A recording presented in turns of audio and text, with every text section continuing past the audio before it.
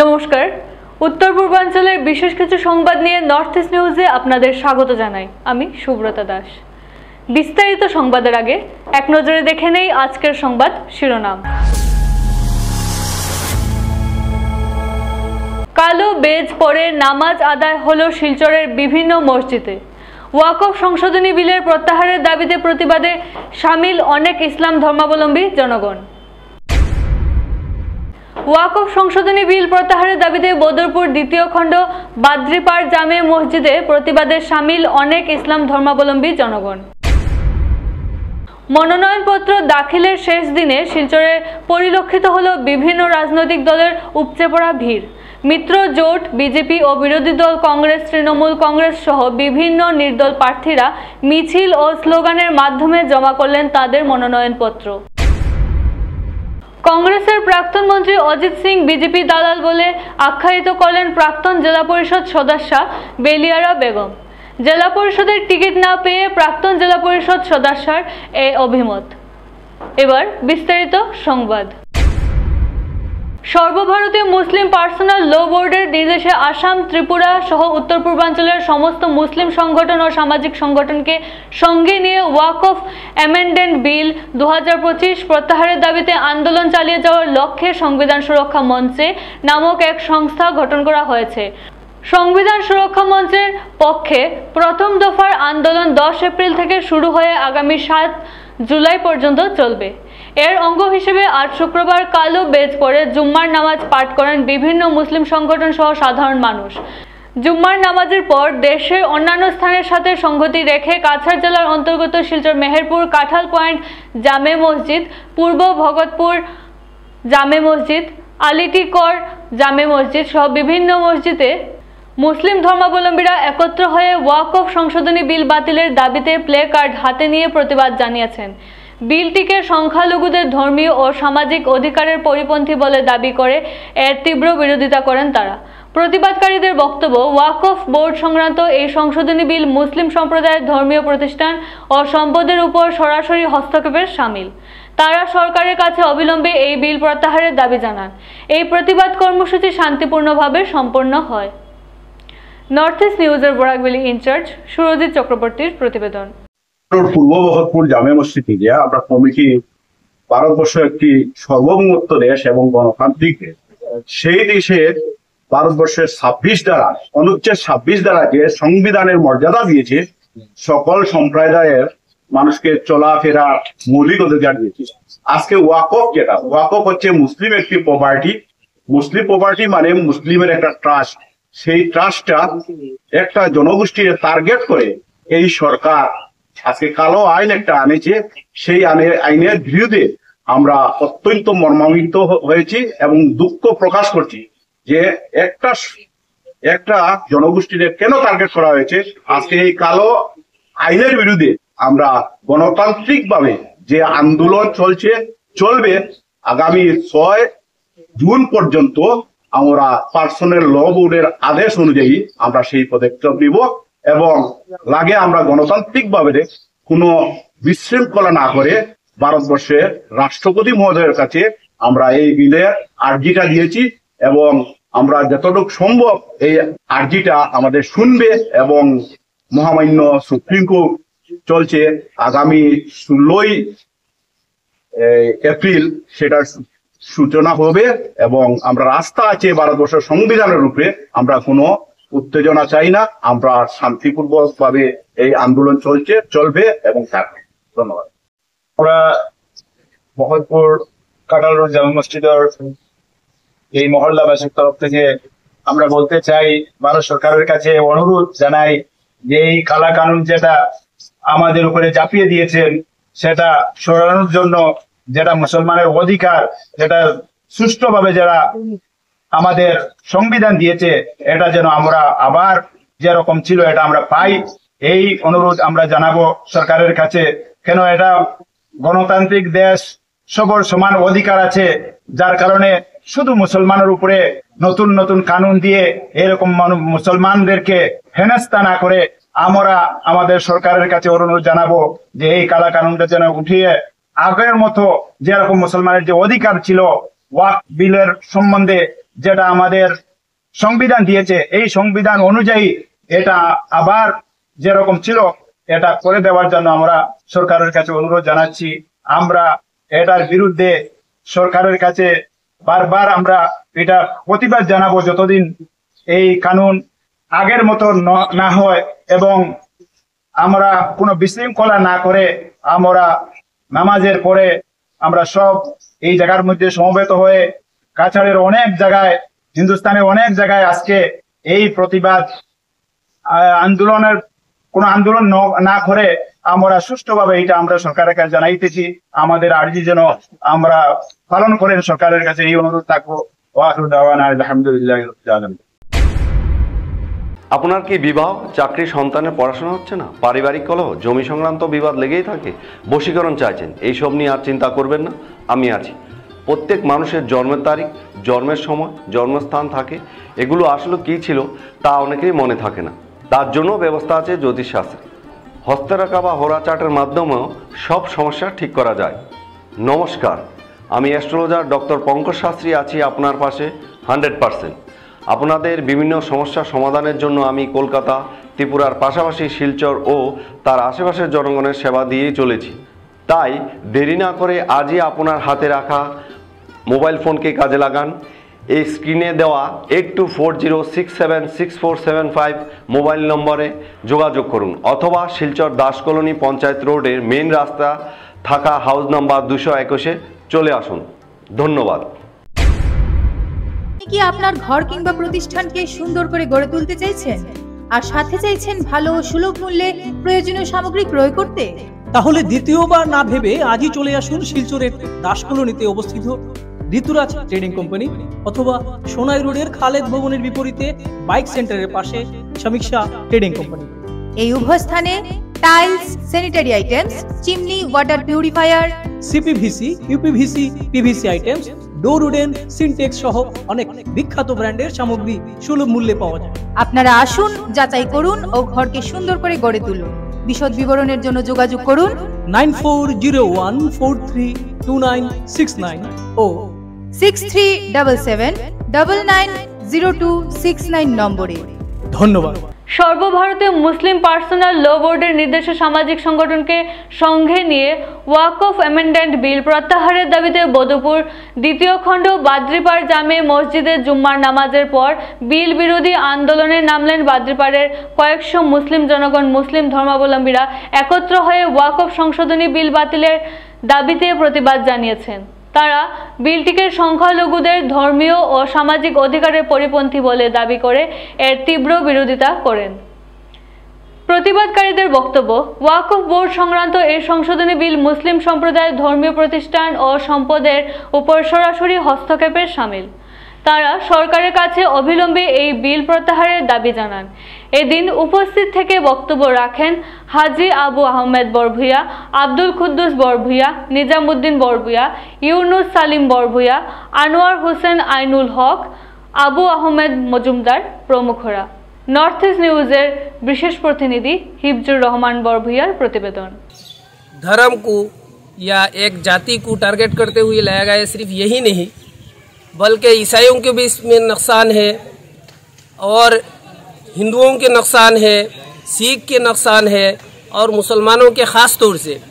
इसलिए इस बिल को वापस कर लेना ही समझदारी है और हमें उम्मीद है कि हमारे प्रधानमंत्री जो है इस बिल को वापस करेंगे। इसके ऊपर वकीलों के लाज रखना चाहिए, सारे इंडिया के मुसलमानों के लाज रखना चाहिए और जितने लिखे पढ़े तबका है सबके यही राय है कि इस बिल को फौरन जो है रद्द किया जाए, इसको वापस किया जाए और हमें उम्मीद है इसके ऊपर विचार ज़रूर होगा और इसको वापस किया जाएगा। ঠিক অল ইন্ডিয়া মুসলিম ল বোর্ড থেকে যে মেসেজ পেয়েছি সেই মেসেজ অনুসারে আমরা আজকে 84 জামা মসজিদের একটা প্রতিবাদী সভা করেছি এবং সেই সভাতে আমাদের ভারতের প্রধানমন্ত্রী নরেন্দ্র মোদীজি এবং আমাদের আসামের মুখ্যমন্ত্রী হিমন্ত বিশ্বজি আমরা চাই যে এই আমাদের বাতাবরণ নষ্ট না হওয়ার জন্য এই ওয়াকফ বোর্ডের যে বিলটা পাস করা হয়েছে সেটা অতি সত্বর প্রত্যাহার করার জন্য আমরা চাই আমাদের আসাম এবং ভারতের বাতাবরণটা সুস্থ এবং মস্তিষ্কে থাকার জন্য অনুরোধ জানাই যাতে আমরা এটা সুন্দর সুস্থভাবে প্রত্যাহার করা হয়। এটাই আমাদের ধন্যবাদ। আগামী 2 মে রাজ্যে অনুষ্ঠিত হতে যাওয়া প্রথম পর্যায়ের পঞ্চায়েত নির্বাচনকে মাথায় রেখে শুক্রবার মনোনয়নপত্র জমা দেওয়ার শেষ দিনে শিলচরের বিভিন্ন রাজনৈতিক দলের এপি ও জেলা পরিষদ পদের প্রার্থীরা মিছিল ও দলীয় বিভিন্ন স্লোগানের মাধ্যমে তাদের মনোনয়নপত্র জমা করেছেন। এদিন মিত্র জোটের তরফে বিজেপি ও অগপসহ বিরোধী দল কংগ্রেস, তৃণমূল কংগ্রেস ও বামপন্থী দলের পাশাপাশি বিভিন্ন গাঁও পঞ্চায়েত এলাকার নির্দল প্রার্থীদের সঙ্গে নিয়ে সমর্থকরা শহরের প্রাণকেন্দ্রে থাকা বিভিন্ন বিদ্যালয় ও সরকারি কার্যালয়ে ভিড় জমিয়ে উৎসাহের সঙ্গে মনোনয়নপত্র জমা দেন। কাছাড়ের 25টি জেলা পরিষদ ও আঞ্চলিক পঞ্চায়েত পদে মিত্রজোট যেখানে শতকরা 100% প্রার্থী দিয়েছে, সেক্ষেত্রে বিরোধী দল কংগ্রেসকে প্রার্থী প্রদানে কিছুটা পিছিয়ে থাকতে দেখা গেছে। কংগ্রেসের তরফে মনোনয়নপত্র জমা দেওয়ার প্রক্রিয়ার দলীয় নেতা কাউকে এদিন চোখে পড়েননি, ফলে জনগণের মধ্যে তীব্র প্রতিক্রিয়ার সৃষ্টি হয়েছে। এদিকে শাসক দলের তরফে বরাক উপত্যকার উন্নয়ন বিভাগের মন্ত্রী কৌশিক রায়, শিলচরের বিধায়ক দীপায়ন চক্রবর্তী, জেলা বিজেপির সভাপতি রূপম সাহা, প্রাক্তন বিধায়ক দিলীপ পাল ও বিজেপি নেতা রূপম নন্দীপুরকায়স্থ সহ দলের অন্যান্য প্রভাবশালী নেতারা দলীয় প্রার্থীদের সঙ্গে নিয়ে উৎসাহের সঙ্গে মনোনয়নপত্র জমা দিয়েছেন। এদিন কংগ্রেস থেকে বঞ্চিত হয়ে অনেক কর্মী ক্ষুব্ধ হয়ে নির্দল প্রার্থী হিসেবে মনোনয়নপত্র দাখিল করেছেন।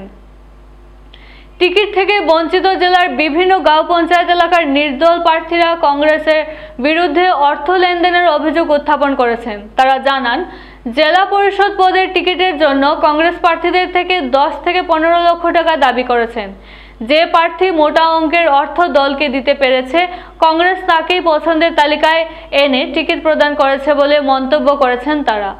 ফলে কংগ্রেস দলের টিকিট থেকে বঞ্চিত হয়ে বেশিরভাগ কর্মী বিভিন্ন গাঁও পঞ্চায়েত এলাকায় নির্দল প্রার্থী হিসেবে মনোনয়নপত্র জমা দিয়েছেন। পঞ্চায়েত নির্বাচনকে কেন্দ্র করে কংগ্রেসের এই অর্থ লেনদেনের ঘটনায় জড়িত ব্যক্তিদের নাম প্রয়োজনীয় সময়ে তুলে ধরবেন বলেও এদিন জানিয়েছেন তারা। অনেক নির্দল প্রার্থীরা তো ক্ষুব্ধ হয়ে এদিন বিরোধী দল কংগ্রেস বিরুদ্ধে জেহাদের ও ঘোষণা করেছেন। নির্দল প্রার্থীরা স্পষ্ট ভাষায় জানিয়েছেন, এবারের পঞ্চায়েত নির্বাচনে কাছাড় জেলায় কংগ্রেস শূন্য হয়ে যাবে। শেষ দিনের মনোনয়নপত্র দাখিল প্রক্রিয়ার অভিযোগ ও পাল্টা অভিযোগের মাধ্যমে প্রত্যেক দলের প্রার্থীরা জয়ী হবে বলে আশাবাদী। নর্থ ইস্ট নিউজের বরাকভ্যালি ইনচার্জ সুরজিৎ চক্রবর্তীর প্রতিবেদন। রিয়ানা বেগম লস্কর জিন্দাবাদ, ভারতীয় জাতীয় কংগ্রেস জিন্দাবাদ, রিয়ানা বেগম লস্কর জিন্দাবাদ, ভারতীয় জাতীয় কংগ্রেস জিন্দাবাদ, রিয়ানা বেগম লস্কর জিন্দাবাদ, ভারতীয় জাতীয় কংগ্রেস জিন্দাবাদ, রাহুল গান্ধী জিন্দাবাদ, ভূপেন্দ্র রায় জিন্দাবাদ, অভিজিৎ পাল জিন্দাবাদ, মিসবাউল ইসলাম লস্কর জিন্দাবাদ, মহিলা কংগ্রেস জিন্দাবাদ, এনএসওয়াই জিন্দাবাদ, ইউথ কংগ্রেস জিন্দাবাদ, মাইনরিটি ডিপার্টমেন্ট জিন্দাবাদ, সেবা দল জিন্দাবাদ।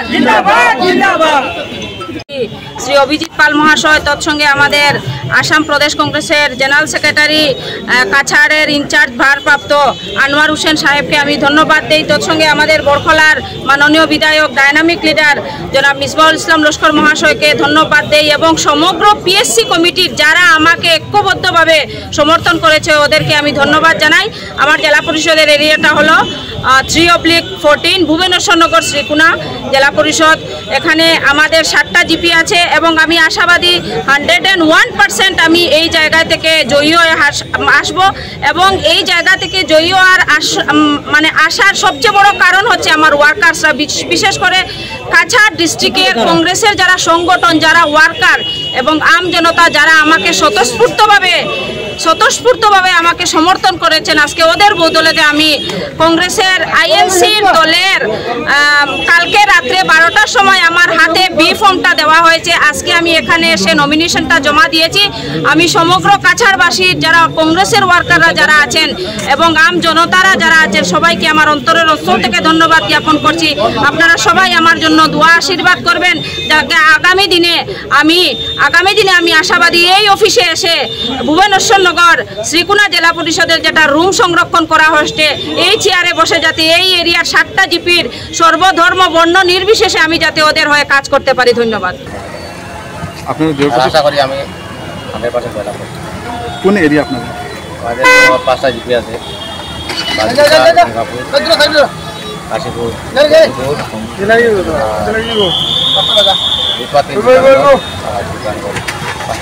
এরিয়াটার নাম কি? পুরো এরিয়ার 8 নম্বর রংপুর জেলা পরিষদ। আশা করি আমার সঙ্গে তো ভারতীয় জাতীয় কংগ্রেস দলের জেলা কংগ্রেস, উদাহরণ ব্লক কংগ্রেস, তারপরে রংপুর ব্লক কংগ্রেস সবাই একসাথে যাবে পড়বে এবং দলের সবাই মানে মনোনীত এপি সদস্য কালাইন আঞ্চলিক এপি সদস্য মিসেস রাহেনা বেগম লস্করকে ভারতীয় জাতীয় কংগ্রেসের সেই দলের টিকিট পেয়ে আজকে এই নমিনেশন দিয়েছি। বিগত 15 বছর থেকে ভারত যুব কংগ্রেসের কাজে প্রচেষ্টা চালিয়েছি। আজকে সেই আমাদের কাটিগড় ডিস্ট্রিক্ট কংগ্রেস মাননীয় অভিজিৎ প্রেসিডেন্ট সাহেবের প্রচেষ্টায় তথা এবং কাটিগড়ার বিধায়ক সাহেবের প্রচেষ্টায় আমাকে টিকিট দেওয়া হয়েছে। আমি মনে করি যে ভারতীয় জাতীয় কংগ্রেস অনেক বুটে জয়ী হইব। সর্বশেষে কাছাড় ডিস্ট্রিক্ট যুব কংগ্রেস প্রেসিডেন্ট রণজিৎ দেবনাথকে অশেষ ধন্যবাদ জানাই যে গতকালকে আমাকে ভারতীয় জাতীয় কংগ্রেসের এপি সদস্যার মনোনীত টিকিট দেওয়ার জন্য এবং সর্বশেষে ধন্যবাদ জানাই কাটিগড়ার বিধায়ক মহাশয় অনেক প্রচেষ্টা করে আমাকে টিকিটটি দিয়েছেন এবং সর্বশেষ ধন্যবাদ জানাই বর্তমান অভিজিৎ প্রেসিডেন্ট ডিস্ট্রিক্ট কংগ্রেস ওনাকে ধন্যবাদ জানাই এবং আমি আশা করি 2002 থেকে 3000 বুটে আমি জয়ী করব। কংগ্রেসের প্রাক্তন মন্ত্রী অজিত সিং বিজেপির দালাল বলে আখ্যায়িত করলেন প্রাক্তন জেলা পরিষদ সদস্যা বেলিয়ারা বেগম। জেলা পরিষদের টিকিট না পেয়ে প্রাক্তন জেলা পরিষদ সদস্যার এ অভিমত। বৃহস্পতিবার সংবাদ মাধ্যমের সাথে কথা বলতে গিয়ে বেলিয়ারা বেগম ও ওনার স্বামী জানান অজিত সিং মোটা অঙ্কের টাকা নিয়ে জেলা পরিষদ প্রার্থীর টিকিট বিক্রি করেছেন বলে অভিযোগ উত্থাপন করেন। বেলিয়ারা আরও বলেন টিকিট না পেয়ে তিনি এবার জেলা পরিষদের নির্দল প্রার্থী হিসেবে প্রতিদ্বন্দ্বিতা করবেন এবং জনগণের আশীর্বাদে বৃহৎ আকারে জয়লাভ করবেন বলে তিনি আশাবাদী। এদিকে বেলিয়ারার স্বামী বলেন অনেকদিন যাবৎ দলের হয়ে নিষ্ঠার সাথে কাজ করেছেন কিন্তু দেখা যায় দল থেকে জেলা পরিষদের টিকিট থেকে বঞ্চিত করেছে, তাই বেলিয়ারা আগামীকাল নির্দল প্রার্থী হয়ে প্রতিদ্বন্দ্বিতা করবেন। নর্থ ইস্ট নিউজের বরাকবিলি ইনচার্জ সুরজিৎ চক্রবর্তীর প্রতিবেদন। আর যখন টিকিট দেওয়া হইলো আমি আমার বসরে জিগাইলাম, আমরা হাইকমান্ডে জিগাইলাম অজিত সিং, তাই হইলে আমি এটা কিচ্ছু জানি না। যারা মিউনিসিপ্যালিটিতে আছে, আমি তো অ্যাকচুয়ালি জিপিতে গিয়ে খেললাম, তো যারা মিউনিসিপ্যালিটিতে আছে তারা দুইজনের নাম হইয়া হইল এরা জানে। আমি এরা জানে কেলেই হইলা এটা কিছু বুঝতে পারলাম না। নাম বুঝুন সেলিম, হ্যাঁ সেলিম লস্কর আর মনসুর বড়লস্কর। এই দুইজন মানুষে যদি উদারবন্দের সমস্ত উদারবন কনস্টিটিউটির যদি রাজনীতি কংগ্রেস পার্টির যদি সব কিছু চালাইলায় আর এই দুইজনে যদি সব কিছু করে তাইলে তো আমরা যত কিছু করছি সব কিছুই বেকার। আর বর্তমানে যদি খালি পঞ্চায়েত ইলেকশন না, আমি আমার লিডাররা কইছিলাম যে পঞ্চায়েত ইলেকশন 26-এর আপনার ইলেকশন। আজকে যদি আমি তানরে আমার ফাঁসে পাইছি না, অথচ তাই যদি আমারে তান কিনারও তান ছায়াত রাখছুন না, তাহলে আগামীতে আমিও 26-এ আমি দেখুন তানরে কিরকম কিতা করা যায়। আর এখন আমি কালকে আমি নমিনেশন জমা করমু এই নির্দলে ইন্ডিপেন্ডেন্স খেলমু, আর আমি আশা করি যে আমি জিতিয়া বাড়ি আইম। নমস্কার, আসসালামু আলাইকুম। আমার মিসেস বর্তমান প্রাক্তন জেলা পরিষদ আসলে সাউথ উদারবন, লিমিটেশন পরে হয়েছে রংপুর জেলা পরিষদ, রংপুর ব্লক। আমি উদারবন কনস্টিটিউয়েন্সির মাইনরিটি চেয়ারম্যান।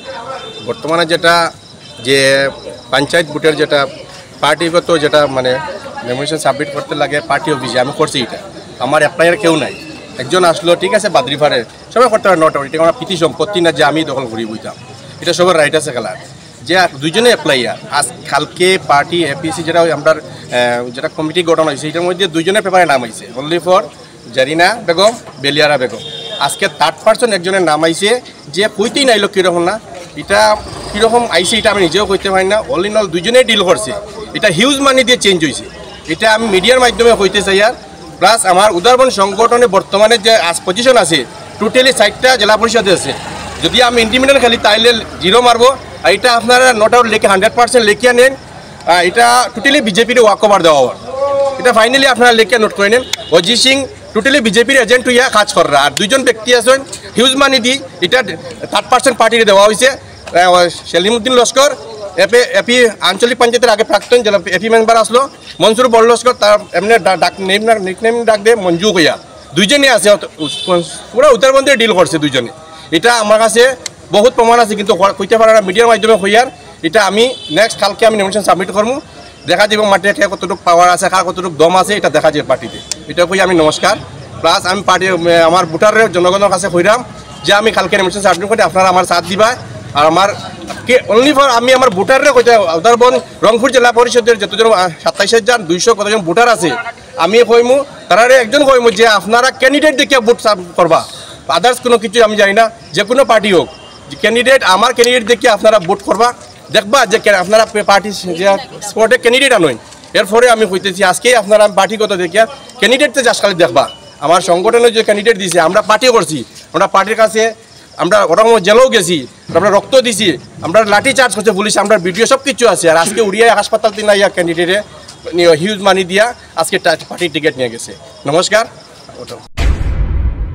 পঞ্চদশ অর্থ কমিশনের অধীনে কাজ না করে অর্থ আত্মসাতের অভিযোগ উত্থাপন হয়েছে। হাইলাকান্দি জেলার 5 গ্রাম উমেশনগর কলোনিতে পঞ্চদশ অর্থ কমিশনের অধীনে 2022 ও 23 বর্ষে আলগাপুর উন্নয়ন খণ্ডের অন্তর্গত 5 গ্রাম গ্রাম পঞ্চায়েতের উমেশনগর কলোনিতে প্রায় 10 লক্ষের অধিক টাকা ব্যয় করে বেশ কয়েকটি সড়ক সংস্কারের কাজ অনুমোদিত হয়েছিল, কিন্তু এই কাজ শুধু ফলকেই সীমাবদ্ধ হয়ে রয়েছে বলে গ্রামবাসীর অভিযোগ।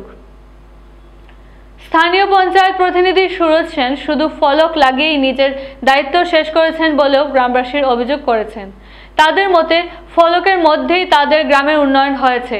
স্থানীয় পঞ্চায়েত প্রতিনিধি সুরজ সেন ফলক লাগানোর পর বারবার কাজ শুরু হওয়ার প্রতিশ্রুতি দিলেও বাস্তবিক কিছুই হয়নি, অনুমোদিত অর্থ আত্মসাৎ করা হয়।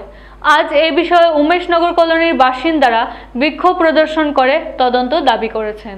নর্থ ইস্ট নিউজের ব্যুরো প্রধান শ্রীবাস দাসের প্রতিবেদন।